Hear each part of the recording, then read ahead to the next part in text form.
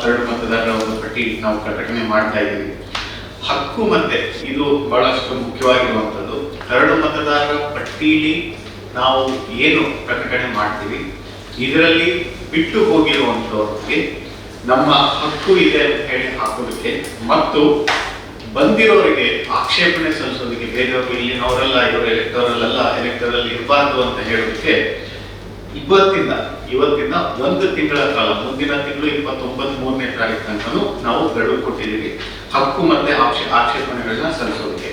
ಜೊತೆಗೆ ಅದರ ನಂತರ ERO ಮತ್ತೆ ARO ಗಳ ಹಂತದಲ್ಲಿ ನೋಟಿಸ್ ಮತ್ತು ಹಕ್ಕು ಮತ್ತು ಆಕ್ಷೇಪಣೆಗಳ ಒಂದು ವಿಲೇವಾರಿ ಏನೇನು ಮಾಡುತ್ತೆ ಅದನ್ನ ನಮ್ಮ ERO ಮತ್ತೆ ARO ಹಂತದಲ್ಲಿ ಇವತ್ತಿಂದ 22/10 ಅಂದ್ರೆ ಅಕ್ಟೋಬರ್ 22 ತನಕ ಅವಕಾಶ ಇರುತ್ತೆ. ಆಲ್ಮೋಸ್ಟ್ 45 ದಿನಗಳ ತನಕ ನಮಗೆ ಅವಕಾಶ ಇರುವಂಥದ್ದು. ಕೊನೆಯದಾಗಿ ಅಂತಿಮ ಮತದಾರರ ಪಟ್ಟಿ ನಾವು 27ನೇ ತಾರೀಕು, ಅಕ್ಟೋಬರ್ 27ನೇ ತಾರೀಕು ಪ್ರಕಟಣೆ ಮಾಡ್ತೀವಿ. That will be the end of SIR as of this year. ಇದರಲ್ಲಿ ಮತ್ತೆ ಪೂರ್ತಿ ನಮ್ಮದೇನು ಇದಾಗಬೇಕು SIR ನ ಒಂದು ಇದನ್ನ ನಮ್ಮ 27/10/2026 ಅಷ್ಟೊತ್ತಿಗೆ ಮುಗಿಯುತ್ತೆ.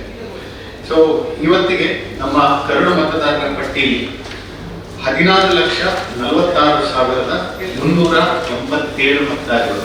ಅಂದ್ರೆ ನಮ್ಮ ಜಿಲ್ಲೆಯಲ್ಲಿ ಒಟ್ಟು ಮತದಾರರ ಸಂಖ್ಯೆ ಇದ್ದಿದ್ದು 18,03,766. ಅದರಲ್ಲಿ 101,57,379 ನಾವು ಕಡಿತಗೊಳಿಸಿ ಅದ್ರ ಬಗ್ಗೆ ಇನ್ಫಾರ್ಮೇಶನ್ ಆಗುತ್ತೆ. ಇವತ್ತಿಂದ ಒಂದು ತಿಂಗಳು ಹಕ್ಕು ಮತ್ತು ಆಕ್ಷೇಪಣೆ ಸಲ್ಲಿಸೋದಕ್ಕೆ ಅವಕಾಶ ಇರುತ್ತೆ.